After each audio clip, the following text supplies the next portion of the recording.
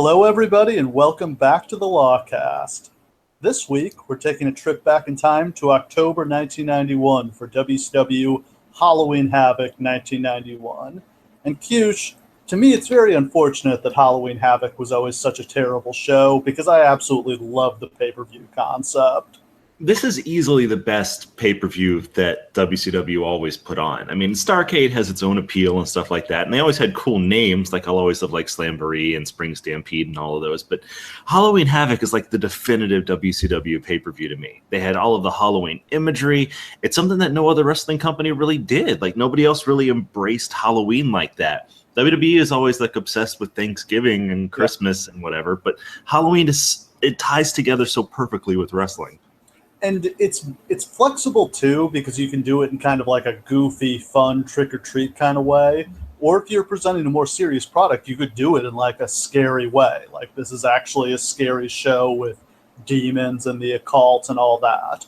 It's a wonder that with Undertaker and Kane actively on the roster, they never did shit for Halloween in WWE. No, the closest thing I can think of is the October 96 Buried Alive in Your House. Yeah. And that was just kind of a coincidence. It was just a match concept, and it was the right time to do Undertaker against Mankind there. But yeah, it will always disappoint me that they have not used this pay-per-view. They're finally bringing back Starrcade, even if it's just a house show in Greensboro. But I really wish they would bring back Halloween Havoc, and especially with them doing 20 pay-per-views a year now or whatever they're doing, they could definitely make room on the schedule for this. I can't wait until Triple H takes over and literally all of the pay-per-views change to WCW names. Yes. It'll turn out WCW1 in the long run. Oh, he's just been a sleeper agent the whole time. Yeah, it was always insane that they fired him, and now we know the truth. They just sent him over to the WWE to take over. Oh my God, what a story that would make. The AOL Time Warner merger just fucked everything up. Oh, that's hilarious. And as ridiculous as that sounds, there's some people out there who think that's what Vince did with Shawn and with Diesel and Razor and with Bret Hart. Boy, there's some crazy fucking people out there, and some of them are listening to us right now. Hi, guys. We love you, weirdos. So, getting into kind of where we were at this point, WCW was a mess in the fall of 1991. The big break, so the last time we checked in on WCW, we did Fall Brawl 90, and that was a pretty bad show with the Black Scorpion and just sorts of all other nonsense going on. Since then, things have gotten even worse because they fired Ric Flair. Man, it'll always fascinate me that they could have ever let Ric Flair go. And I know that this was like the Jim Herd era and everything's fucked and stupid and nobody had any idea what was valuable and what wasn't. But holy shit, Ric Flair is the brand at this point in time. He has personally brought along Lex Luger and Sting and is basically entirely responsible for their early success. And literally, he leaves, and who do you have to replace him on the roster?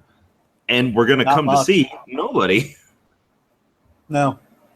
I mean, this has always been a heel territory.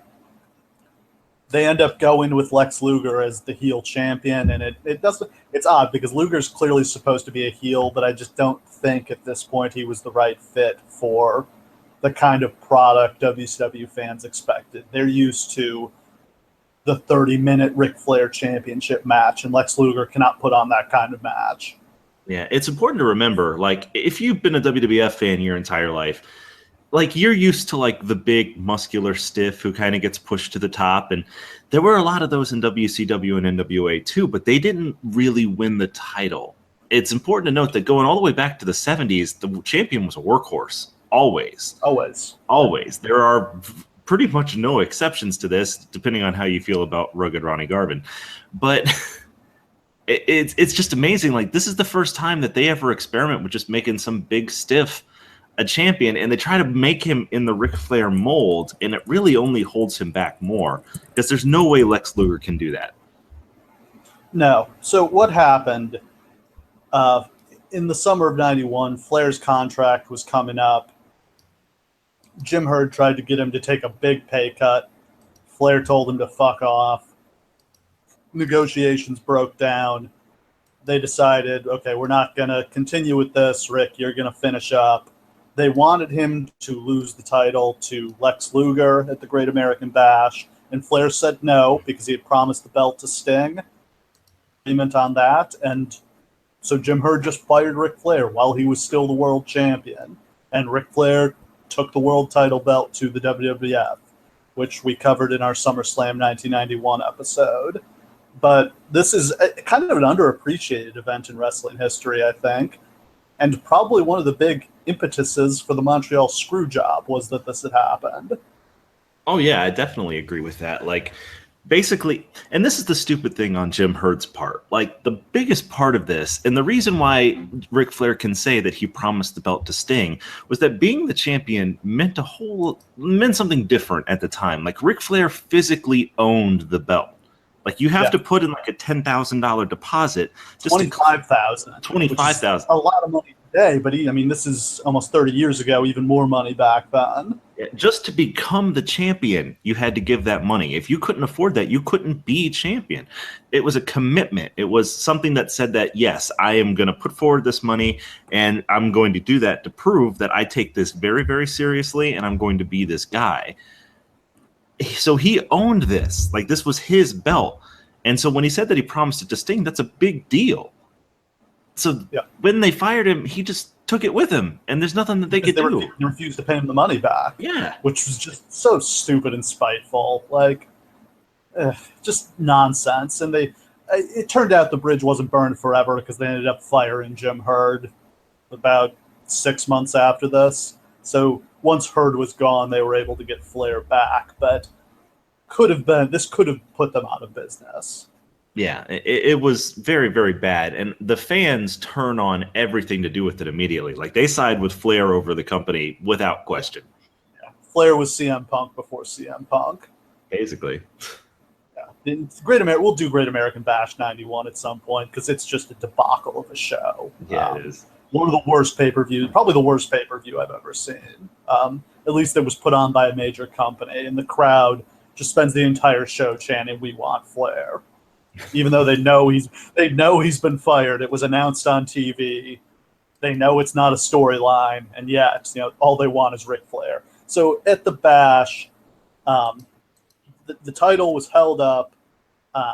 Luger beat Barry Windham, who hadn't really even been wrestling, to win the vacant world title in a steel cage match. He did this by turning heel. Harley Race became his manager, and that's our setup. It's Luger is the heel champion, Harley Race is his manager. Like, an awkward pairing in my view, but I thought Harley was a really good heel manager. Oh, Harley's a great heel manager, and it's without question that Lex Luger definitely needed something to him. You couldn't just have him cutting heel promos. He could barely cut the angry babyface promos that pretty much anyone in the world can cut on their first day of wrestling school. So it was a good idea to put him with him, but it's also kind of an awkward fit because Harley's very much that kind of old school NWA style guy. And if anything's going to work about Lex Luger being a heel, it's the fact that he's so naturally unlikable. Like, to the degree that Ricky Steamboat is a natural babyface, Lex Luger is a natural dickhead. We all agree on this. Oh, yeah. So, his first big feud and his first big title defense here is against Ron Simmons. Simmons, had been teaming with Butch Reed as part of Doom. That was under a mask for most of that time as in the team. Ron Simmons is not ready for a pay-per-view main event here, and this is really bad matchmaking in my mind because Lex Luger needs to work with somebody who can kind of guide him through a big main event match, and Ron Simmons is not that guy at this point. And why? Neither guy should lose here. Why are you going to beat Ron Simmons when he's, filled with huge potential and should be one of your top projects? Why are you going to have him get a title shot and lose here? Is there anybody that he should have faced here, though? Who's, other than Sting, who's available? Not a lot of good options. The guy I probably would have done Dusty here. Dusty's not wrestling; he's booking. But I think, kind of a Rocky type storyline where Dusty's getting back in shape to try to get one last run at the title. that wouldn't have been a masterpiece of a match, but you could have gotten 10 hot minutes out of that. Yeah, a better company probably would have framed this whole thing as Lex Luger like turning his back on Ric Flair and WCW, and then having like a bunch of legends come for him because he's the dickhead young guy who's disrespecting NWA history. Like that would make a lot of sense. It's just a shame that they don't have Ricky Steamboat at this point because that's Steamboat the perfect guy. Perfect. Yeah, I was just thinking that a second ago, but yeah, they let Steamboat go. He's in the WWF as not Ricky Steamboat, but the Dragon right now. Good job, Jim Herd. A+. Yeah. Good job, Vince McMahon, on that one, too. Oh, yeah. Don't want to give him any credit for that. So, in one kind of added bit of mostly bad luck, I would say, it turned out this pay-per-view was scheduled opposite Game 7 of the World Series. And to make it even worse, it was the Atlanta Braves playing in their first World Series in decade. I mean, I think their first since they were in Atlanta, and the Braves' first World Series in decades. And the Atlanta Braves in this, especially in this era, were the South's baseball team because the Nationals weren't in D.C., the Florida teams weren't around yet. So you've got the entire South, their baseball team, in Game 7 of the World Series, playing in the World Series for the first time ever. It is a really bad series of things that happened here, but I don't know what they could have done about it because you have to schedule these pay-per-views a year in advance, and you only have so many dates that you can make work. Yeah. Like, I grew up in Southern Virginia. Believe me when I tell you that the Atlanta Braves were the shit in the early 90s. They had everybody. Everybody was wearing Braves merchandise. It was like the Chicago Bulls. Like, it's just the Bulls and the Braves and the Cowboys everybody liked. Like, that's just one of those things. Braves games were on national TV. Like, in the 90s, I would, like, living in the North, I would sometimes watch the Braves because if you had nothing to do, you'd turn on the TV. And it's like, oh, there's sports on. It's a baseball game. It's the Braves on TBS. Yep. And it must be said, like, this is just my personal opinion. I'm not like a baseball specialist or anything like that, but this may be the greatest World Series game of all time. It's definitely my favorite. So it's hard to say, like, hey, let's turn on the wrestling and turn off this game that goes to extra innings and is only one run. Yeah, the Braves would, of course, lose because it's the Braves in the World Series. They lost 1-0 to the Twins in 10 innings. Tough luck, WCW. So this pay-per-view was not terribly successful. It's October 27th, 1991. It's the UTC Arena in Chattanooga, Tennessee. 8,900 fans in attendance.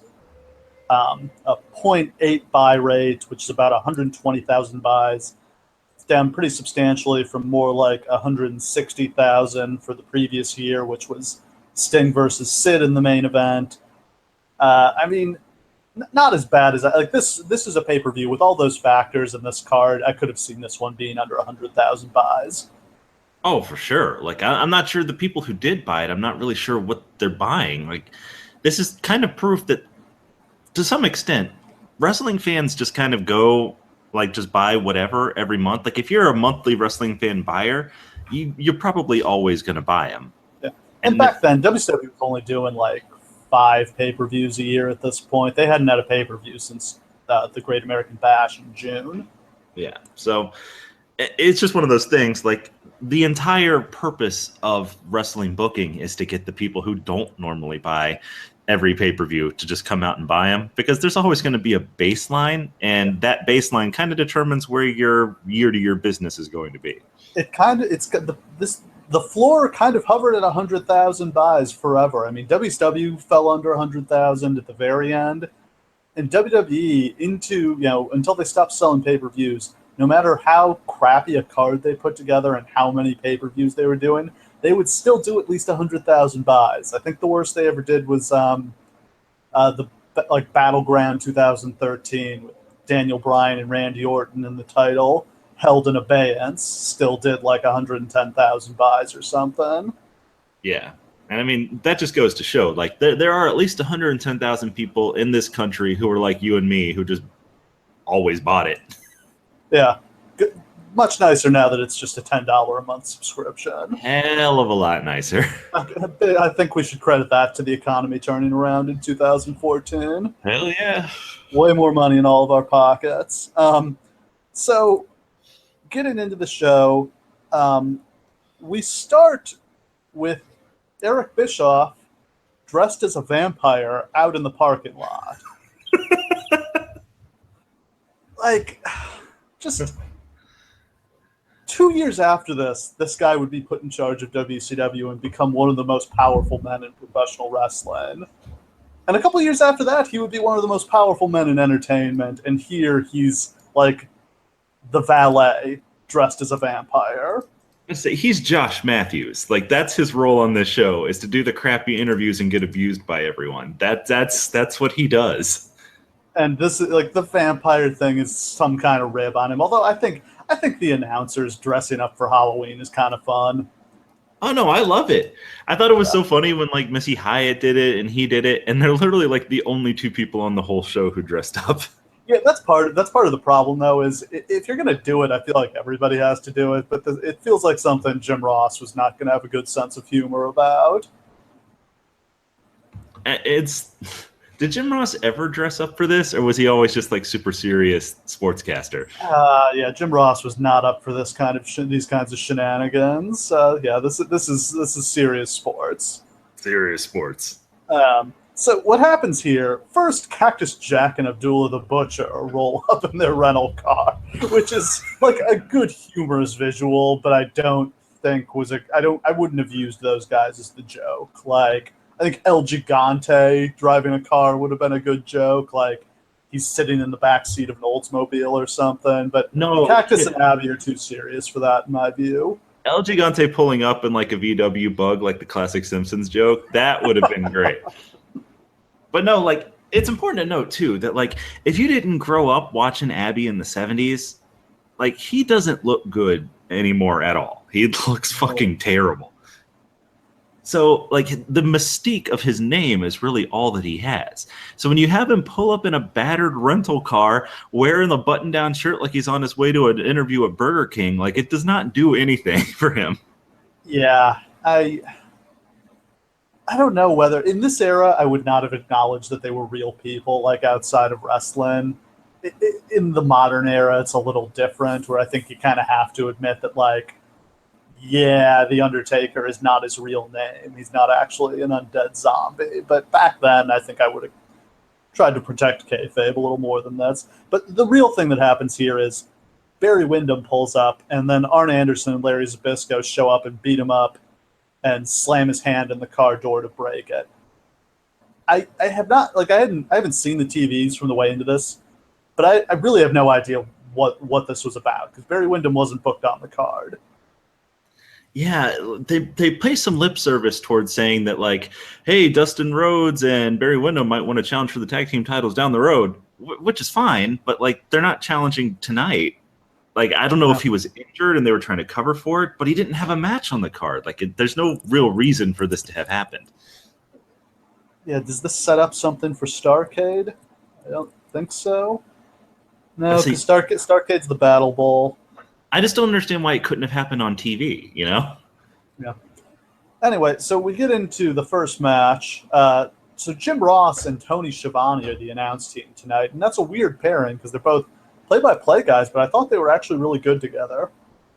I really love Tony Schiavone during this era. Like, he's kind of corny and, like, he kind of seems like an idiot next to Jim Ross. I'm not trying to insult Tony Schiavone like that, but he's the simple man compared to, like, the intelligent sportscaster that Jim Ross is. So he's kind of feeding it to us, kind of like a more professional Don West. You know what I mean? Like, he's just very enthusiastic about everything, and it's just like, oh, JR, what was that? What's going on? I kind of like them together. I think it's a good, solid pairing, and I thought the announcing on this show was definitely the least of the problems. So the opening match is the infamous Chamber of Horrors match. It's Big Van Vader, the Diamond Stud, which is Scott Hall, Abdullah the Butcher, and Cactus Jack against Sting, Rick Steiner, Scott Steiner, and El Gigante. Now, the first thing that jumps out at me is this is a whole lot of talent in one match. These guys are all Hall of Famers, except El Gigante. Well, except El Gigante, and you're just putting them in an absolutely terrible situation. Please try to remember as we go through the rest of this card, all of the names that are in this stupid ass match that doesn't need to exist. because this is a light talent card, and all of these people are just in here doing this instead. It's just insanely bad matchmaking. Like, I remember when we did Judgment Day 04, we said it was crazy to do, with how thin their roster was at that point, to do a tag match with the Dudleys and Rob Van Dam. Dudleys against Van Dam and Mysterio. And here, it's an even thinner roster, and they're putting like 8 pretty big overstars. I mean, at least 7 of these guys are big deals, except for El Gigante. And they're just blowing it all in this one terrible match. And this match is only 12 minutes long. If you're going to put all this on the card, this has got to go 30 minutes, I think. Can you imagine if this match had gone 30 minutes? I think everyone would have just left. This match is awful. Like, not even in a funny kind of way, just in a boring way. So it's a giant cage surrounding the ring, like a Hell in a Cell-sized cage. And there's some stuff, like there's some coffins and some other weapons, but there's not a lot of room. Everybody's just kind of milling around, fighting each other. There's not much intensity. And then a couple minutes into the match, they lower the electric chair from the ceiling, because you win by putting one of your opponents in the electric chair and killing him. Because, yeah, that's cool, I guess. Somehow this is just too far. Like, even in this sport with buried alive matches and Inferno matches, this is just too much to have an electric chair. It's a murder match. This is important to note. Like, I've never seen another match where the consequence for losing was that you would die. And they don't implicitly state that, but it's an electric definitely not chair. Allowed to do that. Yeah. It's the torture chair, they call it. Like, ostensibly, you can watch Sting get electrocuted on live television. Like, who? Like, I can't even conceive of that being an idea that someone would have. Like, hey, let's just have an electric chair match. Why not? Hey, fun. That'll be fun for the kids. Let's put it on early so we know the kids are still watching. Yeah. The other thing about this, and maybe it's just the announcers didn't do a good job of expanding on it, but it didn't seem like there was any feud here. No. Like, of all the people who were in this match, the only 2 that could conceivably have been feuding at this point are Cactus Jack and Sting, because they had some matches beforehand. But Cactus Jack is added to this at the last minute, so that's not a real thing. There's no heat to this match at all. But someone's gonna die.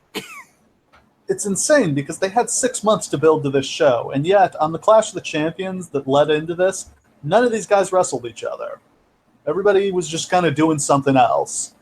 And yet they're having this huge, heated, crazy match. It's just, Dusty had an idea, Halloween idea for the season. It's the kind of thing a kid would come up with, is the thing. Like, it's the kind of thing I would have come up with as a child. And I did. I thought of the idea of having a match in a haunted house. And then 20 years later, the WWF would actually do that with the House of Horrors match. And it sucked. Yeah. Because when you're 8, you don't make great decisions about booking. This is why you don't put an 8-year-old in charge of a company, but that's kind of what... I mean, Dusty was a brilliant guy, but he had some really shit ideas, too. Yeah. But let's paint a word picture about what exactly it looks like to be watching this match, okay? So you got this Hell in a Cell structure. You got, like, a bunch of dudes in there. And there's shit all over ringside. So they're just stepping over like coffins and like piles of wood and just random spider webs and shit. So there's not a lot of room. And so a lot of guys are just in the ring. But then they lower down this electric chair in this pod that's like the size of an elimination chamber pod. And it takes up like half the total space in the ring. So in order to fight around the pod, you're literally just going in like a round circle around, because that's the only thing you can do. So they're just people like slowly merry-go-rounding around, punching each other. Nobody even seems that interested in fighting. Like, you'll just see somebody punch somebody and then just wander off. Like, there's no heat. I think everybody in this knew this was a complete disaster and there was no point to trying. And then you got the ref cam. Like, they've got... God. Yeah, he's wearing a helmet with a camera taped to the top of it. And it's just like a terrible, cheap camera. And literally, you can tell that all the referee's ever looking at is just like, oh, there's that guy. All right, whatever. There's that guy. Okay. Do you remember when, for like a few weeks, WWE put cameras in the ring posts? I do. Man, that sucked. Like, that might have been worse than this. What so confused me about that is that you would think that the purpose of that was to have somebody get like headbutted into the ring post and you get like that like bird's eye view, right? That never happened ever. I wouldn't want to break the camera. It's always cool. Like now they have cameras in the pylons in football. I love when somebody dives for the pylon. Oh, that's super awesome. Or in hockey, the goal camera and somebody scores a goal and they knock out the camera. Yeah, that's cool as hell. You would think that would be the whole purpose of having the cameras there, but they were like, no, be careful about that. Yeah, that lasted about a week, and I think the roughly as long. So what happens in this match? So there's a big switch on one of the cage walls. You have to throw the switch to turn on the electric chair. The problem is the switch isn't rigged up properly, so it keeps falling down during the match. You can just see it in the background. It gets to the point where the referees have to climb up the cage and hold it in place to keep it from falling down. This is one of the stupidest visuals I've ever seen in wrestling history. First of all, they rigged it so that in order for it to be off, the switch had to be up. And you would think they would do it the other way, since this thing is basically made out of paper mache and plastic. Like, there's no functionality to this. It's just a prop. So halfway through the match, they're just like, oh shit. And some ref is like standing halfway up the cage from the outside, just holding the shit up. It's embarrassing. Yeah. Klondike Bill went and fucked that one up good. Oh my God. And it just kept falling down and nothing would happen. And so the fans just start shitting on it because obviously it's a prop and like, oh my God. So after 12 agonizing minutes, Rick Steiner is put in the torture chair. Cactus Jack goes to throw the switch without looking, but the Faces manage to rescue Rick and throw Abdullah the Butcher in the chair, so Cactus throws the switch and electrocutes his partner, Abdullah. Abby actually sells this pretty well, like convulses, his eyes roll back in his head, there's flames and pyro going off. They spent quite a bit of money on this shit. They actually, I thought for sure that they caught the ring on fire at one point. I was like, uh-oh, this is the first match on the card. That would have been a perfect way for this show. Even with all this probably should have gone on. I think this should have main evented the show. Oh, it absolutely should have. You can't follow this with like normal wrestling matches. Like what? Even if it sucks, at least if it's in the main event, like everybody gets to leave afterwards. Instead, this gets over and there's still like another 2.5 hours left in the show of boring ass shit. Yeah. Just a complete disaster here. This is one of the worst matches I've ever seen. Yeah. And let's note, I don't believe in negative stars, but if any match deserved negative stars, this did. -6 stars. My favorite part about this, well, I have two. Firstly, is that Abdullah the Butcher basically kips up out of the chair after being electrocuted and just beats up every referee in WCW. But he's like knocking him down and like falling down and like getting up and like it's sad. It's a bummer. But the second best part was, if you were going to fill this cage full of Halloween-themed stuff, would you put a coffin in there with a dude in a gimp suit inside? Like, there's literally about that. There's a tiny, skinny dude in one of the coffins, and when they bump into it, he just pops out, goes like, ah, and then runs away. I hope that was Tom Zenk. I can't. I just like, and nobody sells it. They're just like, oh, hey, gimp guy. Gimp suits are really scary, I gotta say. Holy shit. I just... that popped somebody in the back, and I'm going to guess it was Dusty. Oh, my God.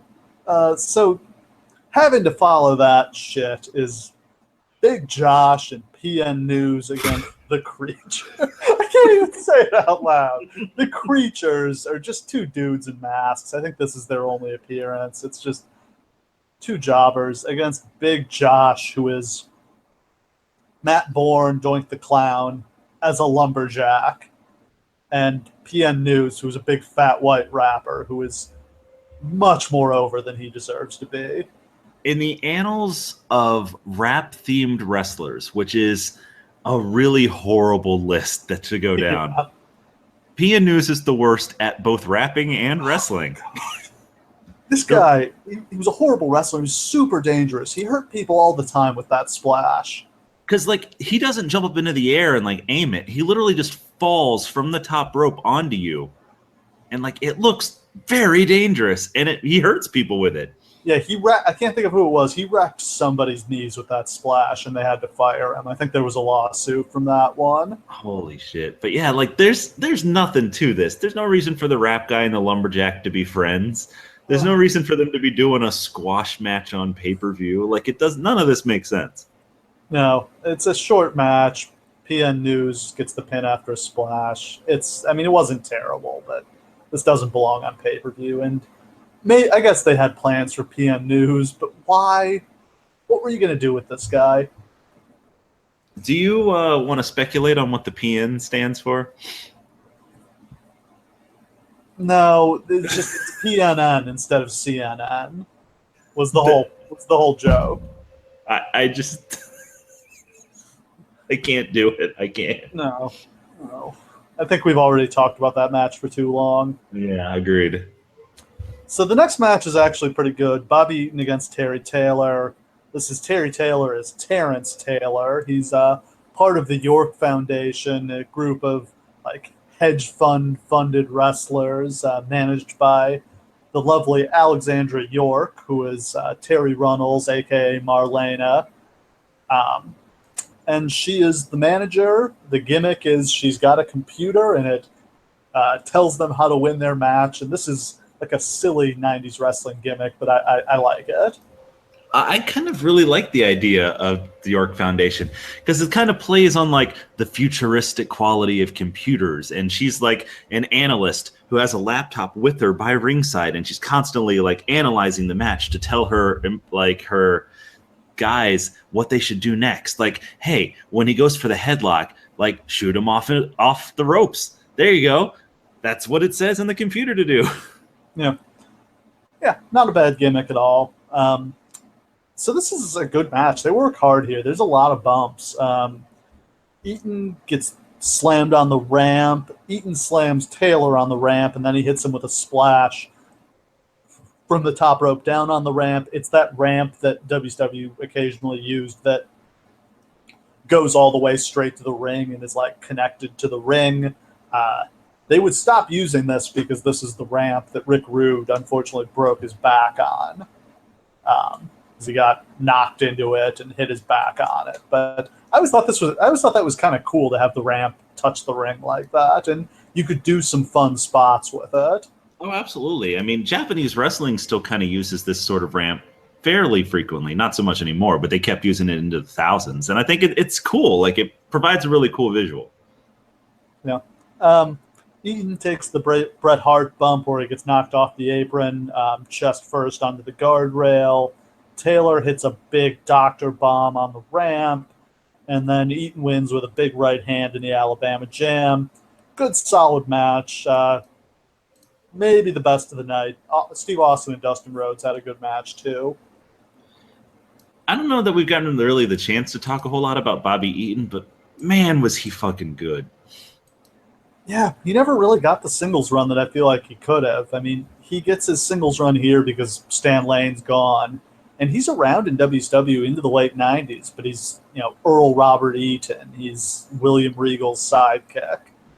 Yeah, it's kind of a shame that he never really got to be what he could have been, but fuck, man, it's cool to see him just being so goddamn good. And eventually we'll actually do a show with like the Midnight Express on it because they were an amazing tag team that I feel like a lot of people today really don't know about.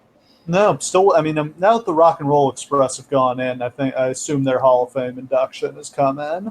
I would hope so, man, because there is no rock and roll without the Midnights. Yeah. So the next match is Johnny B. Bad against Jimmy Garvin. So I pieced together from my research that Johnny B. Bad is a heel here because he wrestled Sting on the previous Clash of the Champions. I'm glad that you did that research because there's really nothing here to indicate that he's a heel at all. He's going up against the Freebirds, who are heels that people love, so it's weird. Yeah, I mean, he's got Teddy Long as his manager, and Teddy Long distracts the referee at some points here, but it's not a particularly good match. Jimmy Garvin was not really in much shape to be working by this point. Injuries were starting to take their toll.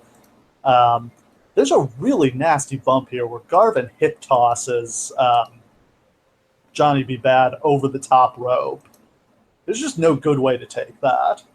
No, and he like splats right on the ground, and it's super rough. Like, this is not a match that has a lot of heat to it, and it's like way weird to take a bump that huge for no reason. Yeah, so I guess credit to Johnny for that. Garvin hits the DDT, but Teddy Long distracts the referee.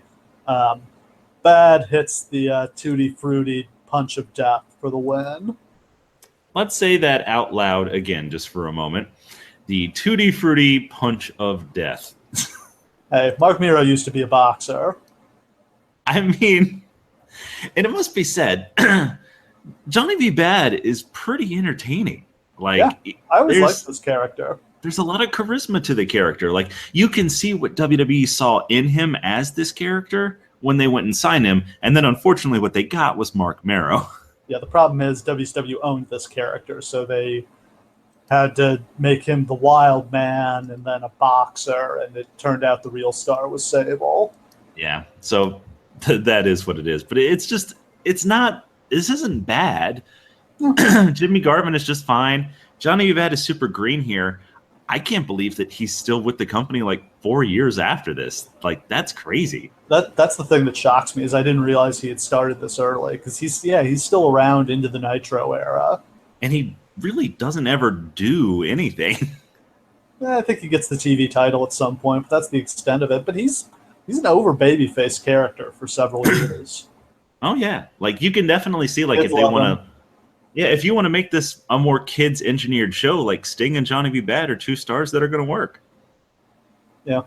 So next up for the TV title, we've got Stunning Steve Austin defending against Dustin Rhodes. It's the TV title with a 10-minute time limit, so you can kind of guess where this one's going.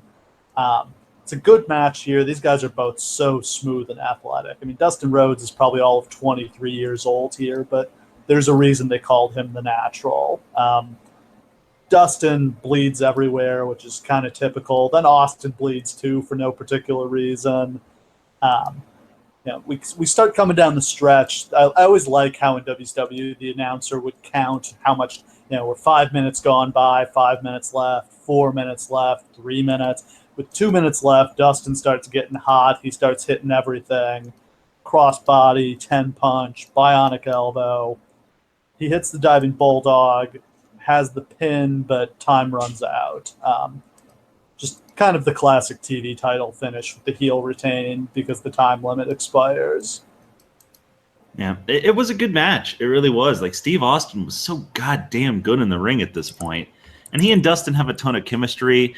It's actually, like, these two wrestled each other so many goddamn times during this period. It's kind of funny that they never really wrestled in WWE. Yeah, no. Austin and Goldust never really got together. I don't know if that may have been a Steve Austin didn't want to work with that kind of character thing. I've never heard a story on that one. I mean, they were both kind of heels the entire time that really Goldust would have been around in Austin's stratosphere. So maybe it was something like that. But this was really good. There's not too much to really say about it. I mean, it's just kind of a nice, solid mid-card match that on a different card wouldn't have really been all that spectacular. But on this one is about the only competent match you got to see. Yep. Next up, we've got Bill Kazmaier versus Oz in a squash match. Woof. Oz is Kevin Nash, so you'd think it would be Kevin Nash squashing Bill Kazmaier, but it's not. Is there even words to describe, like, the waste of Kevin Nash in this whole thing? Like, when we last saw him on the last show, he was doing a Road Warriors knockoff with a guy who was even greener than he was. In the meantime, they've decided to make him this character Oz.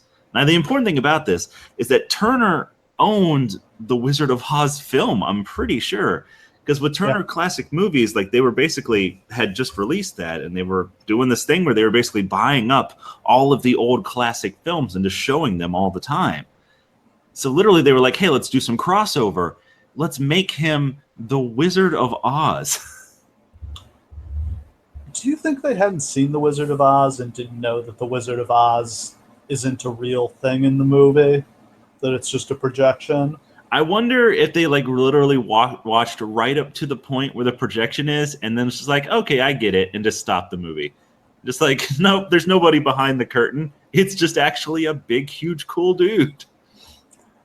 Yeah, so he's got his hair like dyed white. He's got a big white beard. He's got this giant, wizard costume he comes out in, and he still looks amazing. He's Kevin Nash, like young, buff Kevin Nash. Like he's not and really as they don't see this person as someone worth pushing. Yeah, he's not as in shape as he would eventually be, but like he looks fucking amazing, especially compared to a lot of people on the show, because it's important to remember that WCW's idea of what a pay-per-view should be was like young dudes versus like old ass flabby dudes in like every single match. And Bill Kazmaier looks like shit, and Kevin Nash looks like $1 million. This is probably the highlight of Bill Kazmaier's career in wrestling, right? That he beat Kevin Nash on a pay-per-view. I think it would have to be. This is one of those things, like, whenever a promoter hears the words world's strongest man, they're just like, oh, great, and they immediately book him on the card, despite the fact that this has never gotten anyone over. Mark Henry labored under this name for like a decade before he got over for other reasons. This is not, nobody gives a shit about Ken Patera. Nobody gives a shit about Bill Kazmaier. This doesn't work. Patera, Dino Bravo, yeah.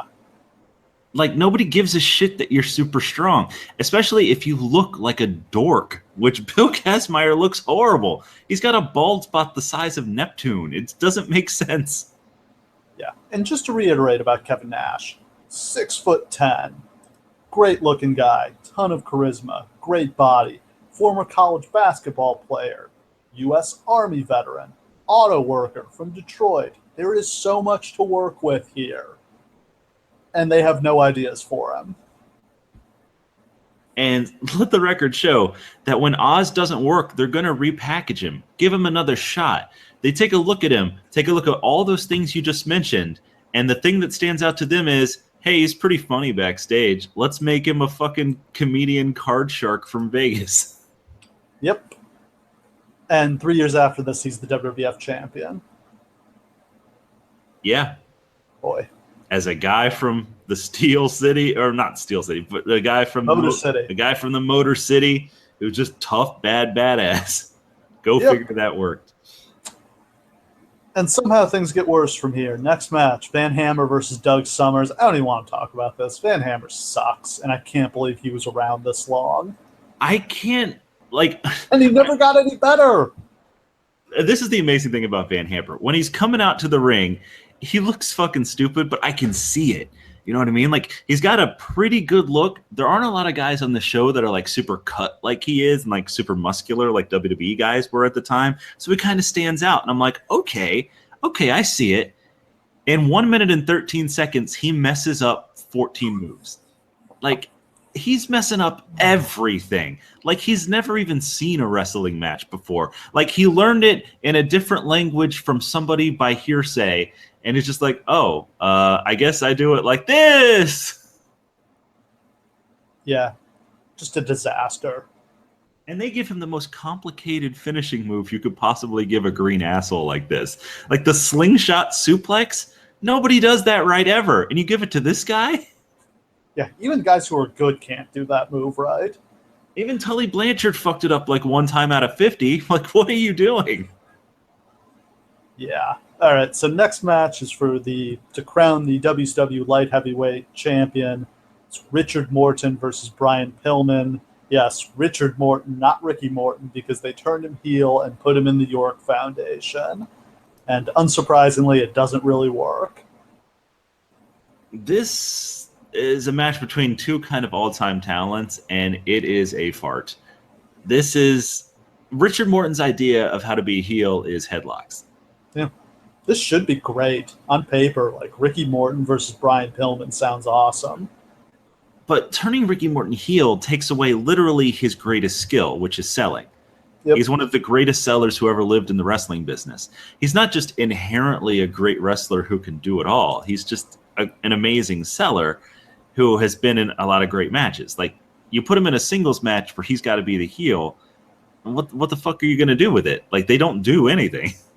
He gets more offense in this match than he had probably gotten in his entire career up to this point. And all he did in the tag matches was get his ass kicked. And it really seems like he doesn't know what to do with it. Nope. Probably the funniest part of this is that Wally Yamaguchi, who would later chop off Val Venus's dick with a samurai sword, is one of the NWA dignitaries at ringside here. NWA dignitaries. How do you think he feels that that's his legacy? Like, the choppy your pee-pee is what he'll be remembered for through the ages. I don't know. I hope he has a good sense of humor about it. I agree. Like, I would be pretty proud of it. I'd be like, hey, yeah, I'm the dick chopping guy. I would definitely put that sword on my wall, and I'd probably hang the picture on the wall, too. Hell yeah, man. This is a really disappointing match. Pillman wins with the body press. He's the light heavyweight champion. This title ends up going nowhere because Bill Watts wasn't into small guys, so he ended up killing off the title once he took over. There's literally only one place that it's going to go, and that's to the Jushin Liger match, which was an all-time amazing match, and that's it. That's the only reason it ever existed. It's Pillman and Liger from Super Brawl 92, I think. Yeah, and holy shit, that's a great match. I wish we were watching it right now. Yeah. Instead of this garbage. Next up, we've got the Halloween Phantom against Tom Zenk. So the Halloween Phantom is a masked mystery man. He's been doing squash matches for the few weeks into this, and we're waiting to see the reveal of who this man is. He wins real quick with a hangman's neck breaker, and then slapdick Tony Schiavone, presumably in a fit of rage because Tom Zenk was defeated, decides to spoil the identity of the Halloween Phantom by saying, hey, that looked like the Rude Awakening, didn't it? I can't imagine what the fuck he was thinking. And I would have given really great money to see the look on Jim Ross's face, because there's like a 30-second silence after he says that, where I bet Jim Ross is just looking at him like, what the fuck are you doing? Like, just, this is an actual good surprise reveal they've come up with here. A good one, but they're not blowing off the surprise for another 2 segments. How often does a surprise in wrestling really deliver? It's not very often. Right? Almost never, yeah. Yeah, like, the more you build it up, I mean, Rikishi running over Stone Cold, Vince McMahon is the greater power, Jason Jordan is Kurt Angle's son. It's not a great history. And, like, we'll eventually get to the reveal, which is pretty fucking cool. And if it had not been immediately spoiled, like, at least the crowd was into it because they don't have to hear Tony Schiavone spoil it for him. But at home, I'm just like, oh, okay, cool.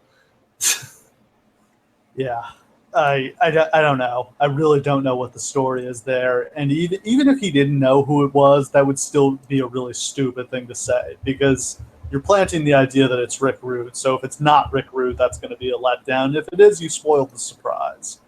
Yep, pretty much. All right. So next match for the WCW World Tag Team Championship, we got the Enforcers, Arn Anderson and Larry Zbyszko, defending against the United States Tag Team Champions of the Patriots, Todd Champion and Firebreaker Chip. I'm a big fan of Arn Anderson and Larry Zbyszko together. Just like the 2 most old-school, hard-ass, traditional pro wrestlers you could possibly put together, and you just watch them beat up and stretch guys. Yeah, I fucking love these 2 together. Like, it's a great thing. Like, another time we'll probably cover Larry Zbyszko more fully, because I find him to be one of the most interesting people in wrestling history, especially during the 80s. But this is a great tag team. It totally works. The Patriots are super fucking lame. I can't imagine why they thought somebody named Firebreaker Chip was going to get over, but this is all the Enforcers, and the crowd is way on the side of the Enforcers. Yeah. I really don't know anything about these guys other than they're just 2 generic, like, white guys. And if these are your United States Tag Champions, it's time to throw those belts in the trash. Pretty much. Nothing much to this match. Arn and Larry win after a spine buster. Love Arn and Larry. Would have loved to see them against the Steiner brothers here, but the Steiner brothers were in the Chamber of Horrors. Yeah. Again, like I said, just think about all the talent that was out there that they're not using because of the fucking Chamber of Horrors. Yep. So next up, Eric Bischoff brings out Paulie dangerously for an interview.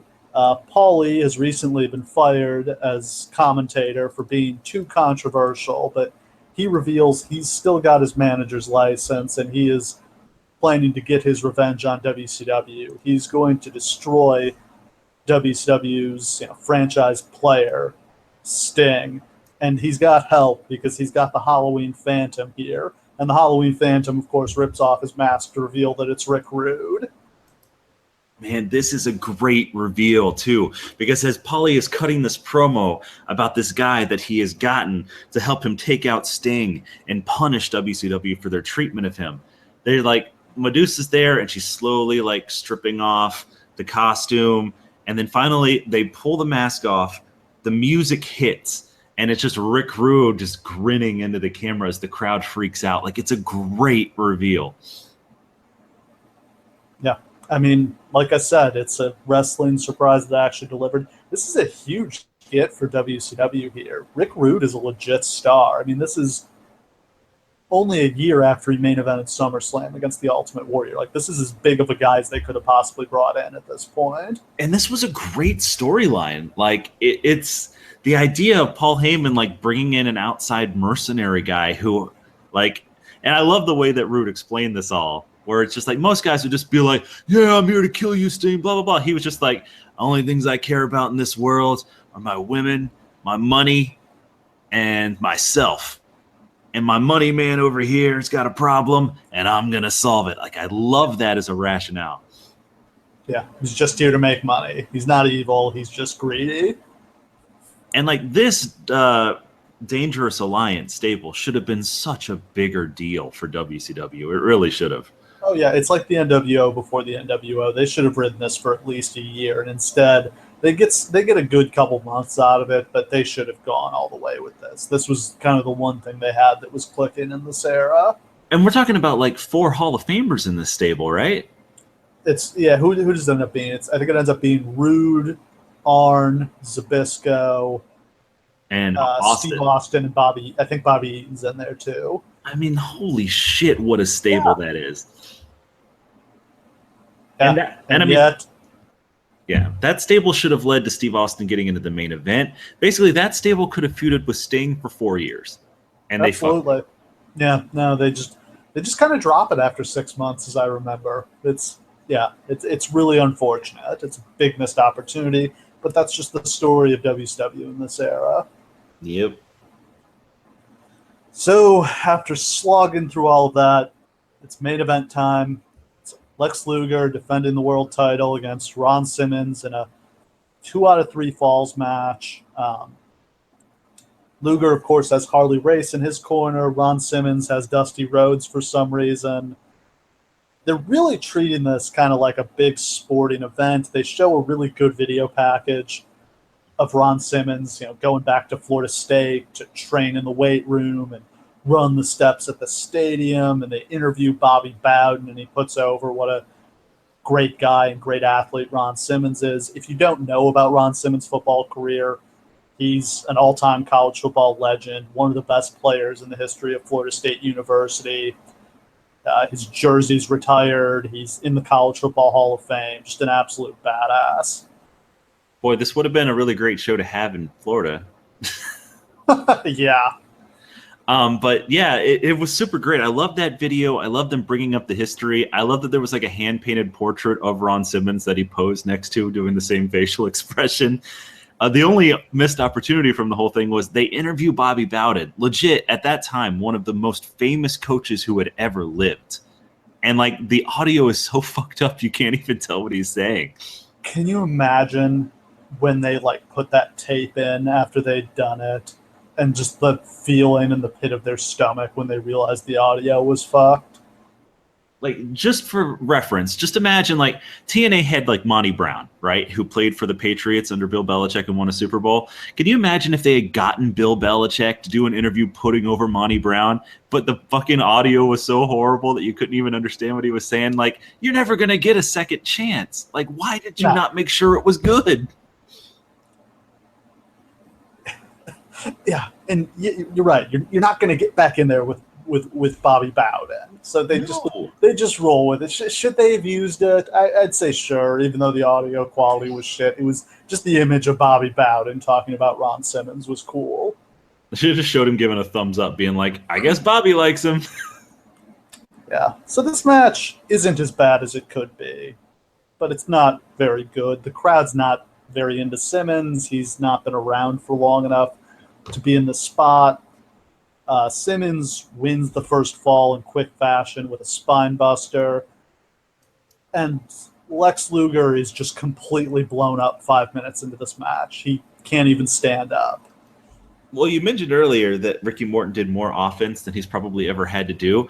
By the same contrast, I don't think Lex Luger's ever taken this many bumps in a match in his life. Like, normally his matches where he just pinballed people all around and then maybe took like one bump at the end. Here, he's got a bump on like 20 spine busters and shit, and he just looks like he does not know how to do that. He is absolutely sucking wind, and Jim Ross totally buries him on commentary. It's one of those things I love about JR, that he's just not shy about calling somebody out. Oh my God, it's so hilarious. Like, he's just like, well, I guess the champ's not in the condition that we thought he was in. Like, holy shit, JR. Yeah. So the second fall is won by Luger. He charges Simmons and spills over the top rope, and Simmons is disqualified because over the top rope is a disqualification. Nope. In WCW at this point. What do you think about that rule? Because I know a lot of people kind of railed against it for years as being one of the stupidest ass decisions. Like, what do you think about that specific rule? I don't mind it for two reasons. First, I think it's just a good kind of cop-out chicken shit heel finish. Like, you could totally see the Honky Tonk Man keeping the Intercontinental title because he took a bump over the top rope. Right. And also, I think it adds some realism because if you're allowed to throw your opponent over the top rope, why wouldn't you just do that all the time? Because that's the most damaging thing you could do to them, would be to throw them out of the ring and onto the floor. Well, a good example of that is exactly what we talked about earlier with, like, Johnny B. Bad being hip-tossed onto the fucking floor from the ring. Though, why was Garvin not disqualified for that? Because they just forgot about the rule. Well, because they forgot about the rule, and the referee wasn't going to, end the match there. You don't actually want the referee to call the match like a shoot. How funny would it be, though, if they started doing that? It was just like, nope, sorry, went over the top. You're done. There was a brief time where they did that in WWE, and then like a couple finishes got fucked up, so they had to stop doing it. But that one of Chris Benoit's last matches was like that. I think they called a disqualification because he was getting double teamed in a tag match. I swear I vaguely remember one time that they almost disqualified somebody for not holding the tag rope, and I was like, what the fuck? That's not a disqualification. It's the tag doesn't count if you don't hold the tag rope. That's just, okay. Let's just pretend like that's always been happening. So third fall, Simmons misses a charge. He hits the post. Luger hits him with a pile driver, which is called the attitude adjustment. So let the record reflect that that's who John Cena ripped off when they had to change the name of the FU. Nice. And Luger gets the pin to retain the match and retain the title. Not a very good match. Definitely not up to kind of the WCW main event standards. And they've lost a lot of their brand here, I think, when they don't have those great main events. Because that was what they would always put over, that this is real wrestling. These guys aren't just posing. They've been in there 20, 30 minutes now going full force, and they don't have a champion who can wrestle that style. And it's important to realize that, again, in the 70s and the early 80s, they had a lot of guys who could go like that. That was sort of the norm. And over the years, it really became just Ric Flair on top doing that. And there really weren't a lot of other guys who are really capable of doing a match like that to that degree. Like, it kind of died with Ric Flair in a way.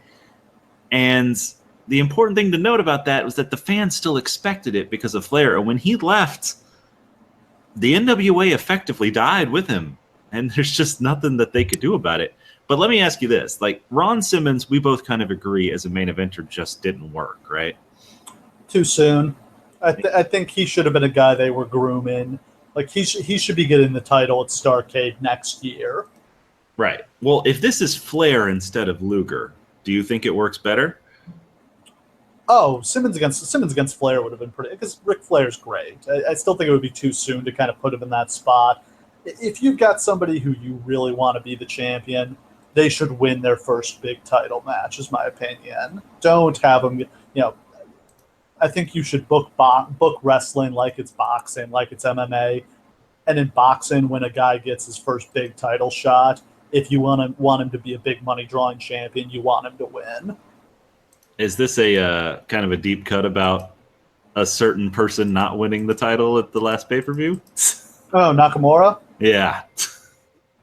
Well, he already didn't win it at SummerSlam, so I guess too late for that. But yeah, I would say it that way. That I wouldn't have given Nakamura a title shot before he was going to win, unless they don't see him as a main event guy. If they don't, they don't. Then if they don't, there's no reason to worry about it then. If they don't, I'm going to go down to fucking Stamford, Connecticut and choke a bitch. Yeah. It could be the case of Vince doesn't get it. But I don't know. Yeah. So wrapping up, this was complete garbage. Don't watch this. Chamber of Horrors is good to laugh at. The rest of the show is trash. Yeah, I mean, that's totally the case. Even the stuff that we had complimentary things to say about, like, you don't ever need to see them. Like, Austin and Rhodes are going to have way better matches at other shows that you can watch instead. You don't need to see this main event. Like, don't bother to do it to yourself. There's just nothing fun here. Like, there's a lot of stuff that's fun for us to make fun of on this podcast, but it's not a show that's worth your time. Go watch Pillman versus Liger instead. Yeah, we watched this so that you don't have to. Exactly. So I think that wraps us for Halloween Havoc 91. Just a bad period for WCW. And things would get better for a little while in 1992, but by the time we got to Halloween Havoc 92, everything was falling apart again. But we'll cover that next week. It's spin the wheel, make the deal. Sting versus Jake the Snake Roberts. Spin the wheel, make the deal. Spin the wheel, make the deal. Spin the wheel, and to make that deal. And the wheel landed on a coal miner's glove match. I could go for like an hour just on the wheel spinning ceremony. So, like, we'll get to all of that next week. All right. Thanks for listening, everybody. We'll see you next week.